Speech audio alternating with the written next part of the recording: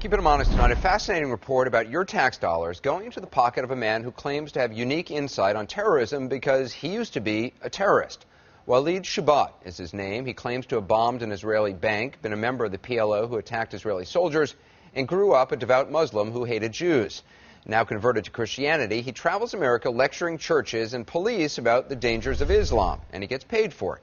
His books have titles like God's War on Terror, Satan's Footsteps, and Why I Left Jihad. They were big sellers where we found Shubat speaking at the South Dakota Conference on Homeland Security. He was there addressing more than 300 police officers and first responders. His message was American Muslims need to be profiled. All Islamic organizations, from doctors to engineers to students, ought to be investigated, and mosques in the U.S. should be considered terror centers, not houses of worship. He says terrorism and Islam are inseparable. You want them to say that Islam was hijacked. It was not hijacked. Islam is Islam is Islam. Well, full disclosure, at one time or another, CNN and other networks have turned to Shubat for his perspective on the war on terror, an apparent look from the inside. But keeping him honest tonight, we're discovering that Walid Shubat's story just doesn't seem to add up. Here's CNN's Drew Griffin of CNN's Special Investigations Unit. I think we are at war with Islamic fundamentalism and Islamism, which stems from Islam. You know, no historian can deny that Islamists basically invaded Christendom. Walid Shubat's message is the epitome of good versus evil. He has an advertised pedigree that makes him an expert. Islamic terrorist turned ultra-conservative Christian. A U.S. citizen because his mother is American, he is a darling on the terror circuit, the church and university circuits, and yes, he believes the war on terror is a holy war.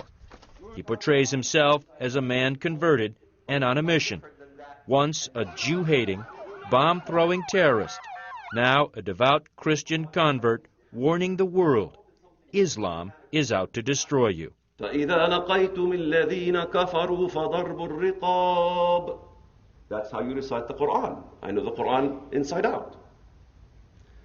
English. And if you meet the unbelievers, then smite off their necks. But what part of smite off their necks? The Americans don't understand. His message before a largely positive crowd of cops and emergency responders at this South Dakota Homeland Security Conference: trust no Muslim, especially those who organize. Know your enemy. Know your enemy. All Islamist organizations in America should be the #1 enemy. All of them, the Islamist organizations, Islamic Society of North America should be focused on. You got that on camera? Yes, please. He is being paid $5,000 plus expenses to speak here with your tax dollars. He was also given a Rapid City police guard during his time in the city. A nice day's work.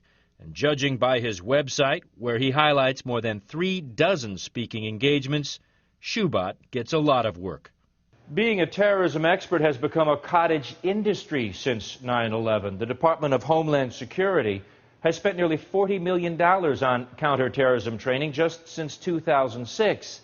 DHS doesn't keep records on how much is spent just on speakers. But some of the so-called experts who go around the country teaching, and in some cases preaching, about terrorism and the dangers of Islam are not quite what they seem. People, it turns out, like Walid Shubat. The first thing I want to ask you is, what was the purpose of your talk this morning to these cops and emergency responders here in South Dakota? Well, being an ex-terrorist myself is to understand the mindset of the terrorist, #1. An ex-terrorist. It's Walid Shubat's claim to fame. A terrorist, a PLO member, who bombed a branch of an Israeli bank in Bethlehem Square, throwing a firebomb on the bank's roof. The problem with the story, with a lot of Shubat's stories, there's no evidence for them. And despite CNN's many requests, neither Shubat nor his business partner have provided us with any. Bombings in Bethlehem Square, you specifically said you threw... The bank was in the Bethlehem Square. You threw explosives. Yes, I did. On top of that bank. Yes, I did. No record. CNN's Jerusalem bureau went to great lengths trying to verify Shubat's story, finding the general location where the branch of Bank Leumi once stood, but not finding anyone who could remember a bombing. We contacted the bank headquarters in Tel Aviv, asking officials to search records. No records found. And Israeli police found no record anyone ever threw a bomb at the branch of the bank. Why would the bank not have a record? Why would the Israeli police not have a record? Why would the Israeli police not have a record? I don't know. I mean, I don't know where you check, what dates, all these things. There's another part of his story that doesn't check out. Shubat says he was arrested and spent 2 weeks in an Israeli prison. There's no record of you being in prison. I think there'd be at least an arrest record. They held you for 2 weeks. Wouldn't the United States know you were in prison if you were a U.S. citizen? Well, how about me and you go to the Muscovia prison and extract the records? The records are there. Okay. Would you be willing to do so? We did, and the Israeli detention center could find no record of detaining anyone with the name Walid Shubat. Yeah. I mean, you obviously can see why people are critical of your claims. There's a whole lot of gaps in your story. There's no gaps at all. We don't have a bank bombing. And we don't have a terrorist, because it turns out Walid Shubat, even on his own admission, was never charged. I was in prison for a few weeks. Was there a charge? No, I was a U.S. citizen, remember? I was born by an American mother. The other conspirators in the act ended up in jail. I ended up being released. There's another problem, his family. In the neighborhood where Walid Shubat grew up, relatives say he was just a regular kid. And Daoud Shubat, who says he is Walid's fourth cousin, goes even further. There were only 2 banks in Bethlehem district, and they are Bank Leumi and Discount Bank. They were on Nativity Square, and Walid never had any connection with those 2 banks, not a close or a distant connection. I tell you, this is out of experience. I am one of the people who are considered a responsible man in the area of Bethlehem or Bet Sahur. I have never heard anything about Walid being a mujahid or a terrorist. He claims this for his own personal reasons. So true. He's saying he claimed this for his own personal reasons. What personal reasons? Well, there's a big personal reason here. It's called money. You know, Anderson, I don't have to tell you, classic investigative reporting, you follow the money. Like his background, how Walid Shubat is now making that money is about as mysterious as his past. Yeah. The Walid Shubat Foundation, is that a charity? Walid Shubat Foundation is part of the FFMU. And what does the FFMU do?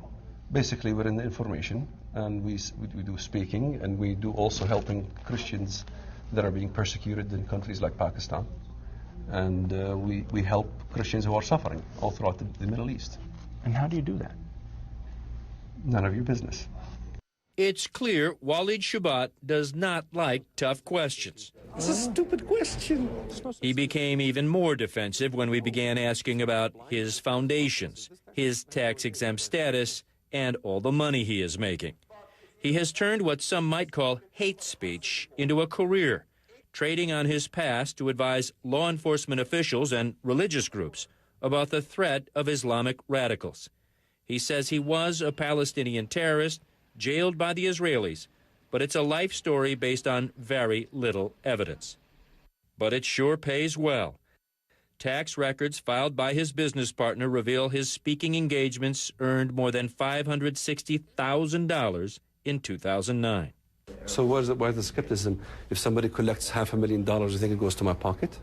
It's absolutely untrue. Like his answers, his tax return is vague on specifics, and his various businesses and foundations, well, that's vague too. How much do you get paid for these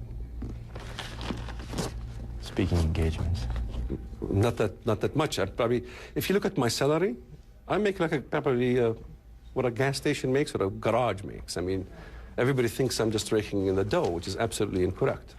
The business, in fact, Shubat leaves up to his manager, Keith Davies, who was down the hall selling Shubat's anti-Islam books.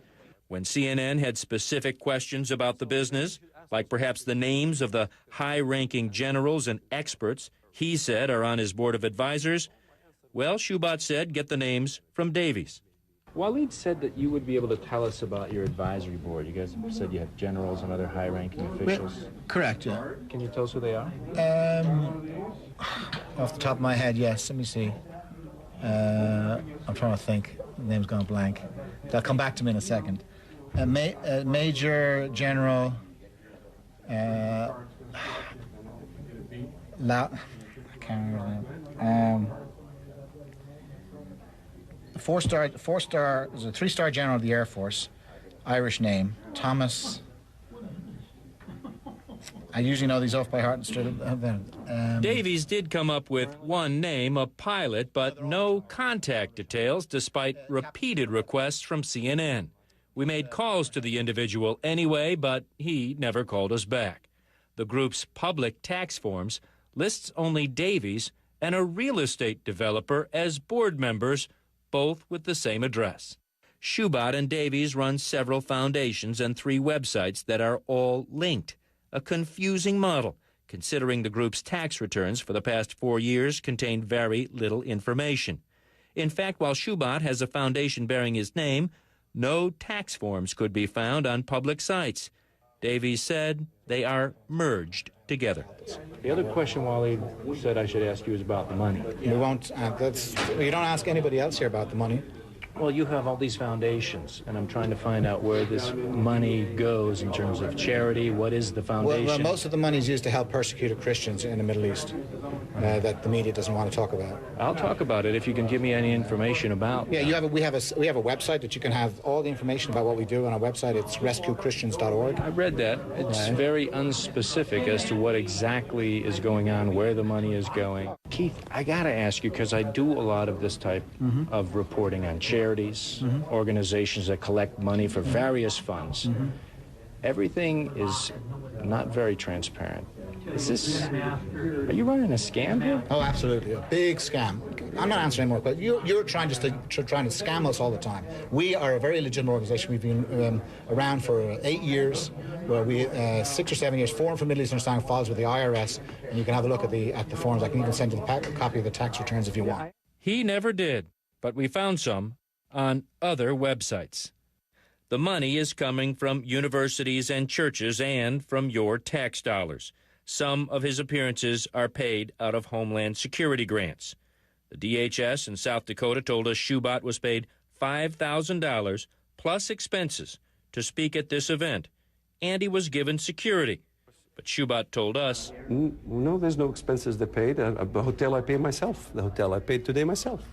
The bigger question may be why Walid Shubat is in South Dakota teaching a bunch of cops about Islamic terrorists, a state that has so few Muslims. The local newspaper here in Rapid City says only a couple of dozen live here year-round. Jim Carpenter is South Dakota's Homeland Security Director. What was the point of bringing him here? I think he brings a point of view that certainly is not necessarily mainstream. It's not a South Dakota-based point of view. He brings in commentary about living and being raised as a Muslim and then converting over to Christianity. So why would someone's religious conversion be important to a Homeland Security conference in Rapid City, South Dakota? You know, I really couldn't figure that out, and based on further questions, I really didn't get a good answer from Jim Carpenter with the South Dakota Department of Homeland Security. The Federal Department of Homeland Security, Anderson, we went to, trying to find out if they do any vetting of speakers, if they had any idea about Shubat, if anyone in the federal government did what we have done, try to check out all his claims. Well, what we got from Homeland Security was a statement that said if states use DHS grants for speakers, it's up to the states to vet them. We also got this: if training programs do not meet these standards, DHS standards, corrective action will be taken. We have not and will not tolerate training programs, says the DHS, or any DHS-supported program that rely on racial or ethnic profiling. Anderson, based on the 3 sessions we sat in on with Walid Shubat and our interview with him, we can tell you he does advocate profiling and flatly being suspicious of anybody who's a Muslim. And his reaction to you kind of turned ugly. Yeah, it sure did. Not just him, too. South Dakota's Homeland Security people, they actually tried to keep us out of the conference. We got in only after they had to call the governor's office. As for Shubat, he did get testy. Later sessions, after that interview, he began attacking the media, specifically CNN, for doubting his story. He has since accused us, and you, Anderson, being used by the Council on American Islamic Relations, even suggesting that group was the primary source for our reporting, which, of course, is not true. And it's interesting. I mean, if somebody's running a legitimate foundation that's tax exempt and stuff, I mean, usually they're very willing to be transparent and willing to give documents and stuff. It sounds like those guys were saying, oh, yeah, we'll send you these documents, and then nothing shows up. No, and it's all wrapped in this secrecy and security. They're under the impression we're asking for the names of some Christian families in the Middle East that are being persecuted. We're not. We're just trying to figure out where is the money going, because we cannot find out where this money is going. Well, it's also interesting in your piece because Shubat said, oh, well, this foundation is part of this other thing, and it pays for speaking and teaching, which basically is what he does, and also helping Christians. The other guy said it mainly goes to helping Christians, and yet again, no details. And I think you could see from the reporting, we couldn't get a straight answer about anything from just about anybody. That reporting continued in our various emails and contacts with these fellas after that.